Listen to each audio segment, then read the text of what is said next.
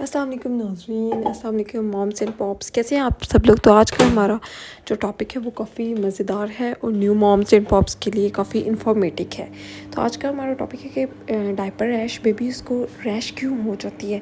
जब बेबीज़ को रैश हो जाती है तो वो काफ़ी ज़्यादा इरिटेट होते हैं, काफ़ी माँ को तंग करते हैं, माँ भी बहुत ज़्यादा टेंशन में हो जाती है।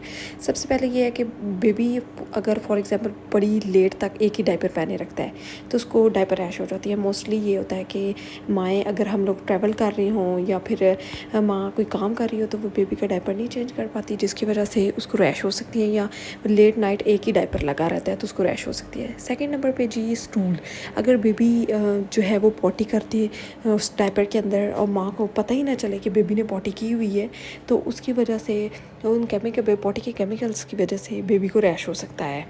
और उसके क्योंकि वो जो होंगे स्टूल के उसमें जो पॉटी में उसके होंगे केमिकल्स, वो बेबी की स्किन को इफेक्ट करते हैं, जिसकी वजह से रैश होगा।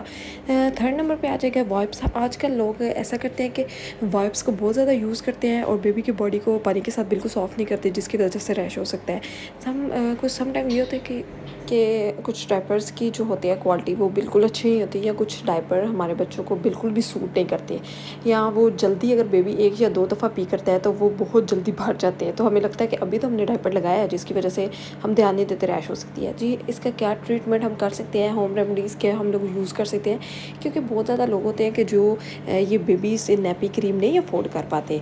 नॉर्मल मिडिल क्लास इंसान भाई सारे इस तरह की क्रीम्स नहीं यूज़ कर पाते, और लोग चाहते हैं कि होम रेमेडीज़ हो। तो देसी घी हम लोग यूज़ कर सकते हैं जी। हमारे बड़े बुजुर्ग सियाने सारे कहते हैं, हमारी माएँ भी कहते हैं देसी घी लगाना चाहिए। सेकंड पे कोकोनट ऑयल भी बहुत अच्छा है, वो भी बेबी रैश क्रीम पे अगर हम लोग लगाए तो फ़ौरन असर होता है।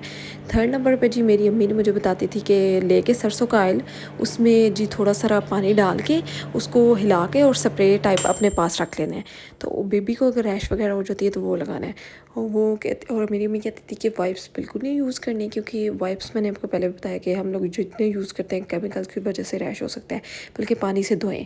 उसके बाद हो सके तो ब्रेस्ट फीडिंग जो मिल्क होता है वो भी बहुत ज़्यादा अच्छा होता है, जो माएँ ब्रेस्ट पम्प यूज़ करती हैं वो थोड़ा दूध निकाल के तो बेबी के रैश पे लगा सकती है, इससे अच्छा फ़र्क पड़ता है। आप बेबी को अगर वाइप्स इस्तेमाल करना है तो 1 से 2 दफ़ा इस्तेमाल करें, ज़्यादा से ज़्यादा उसको टॉवल से पानी के साथ उसकी सारी बॉडी वॉश करें, सही होगा। फिर अच्छी सी नैपी क्रीम अपने पास रखें, क्योंकि इससे बेबी के रैश होने के चांसेस बहुत ज़्यादा कम हो जाते हैं और बेबी को बिल्कुल भी रैश क्रीम नहीं होती। अगर ये सारे तरीके आजमा के भी रैश जो है वो नहीं ठीक हो रही और उसको बढ़ती जा रही है, 3 दिन से ज़्यादा हो चुके हैं, तो आप अपने डॉक्टर के साथ कंसल्ट करें। समटाइम्स जिस चीज़ को हम लोग रैश समझ रहे होते हैं वो रैश नहीं होती, वो फंगस इन्फेक्शन होता है। तो अगर 3 दिन से ज़्यादा हो जाते हैं तो डॉक्टर से कंसल्ट करें, वो जो कहें तो वो ही करें। ओके जी, आपको आई होप सो मेरी वीडियो पसंद आई होगी, इसे लाइक करें, सब्सक्राइब करें। बाय बाय, टाटा, अगली मिलते हैं वीडियो के साथ।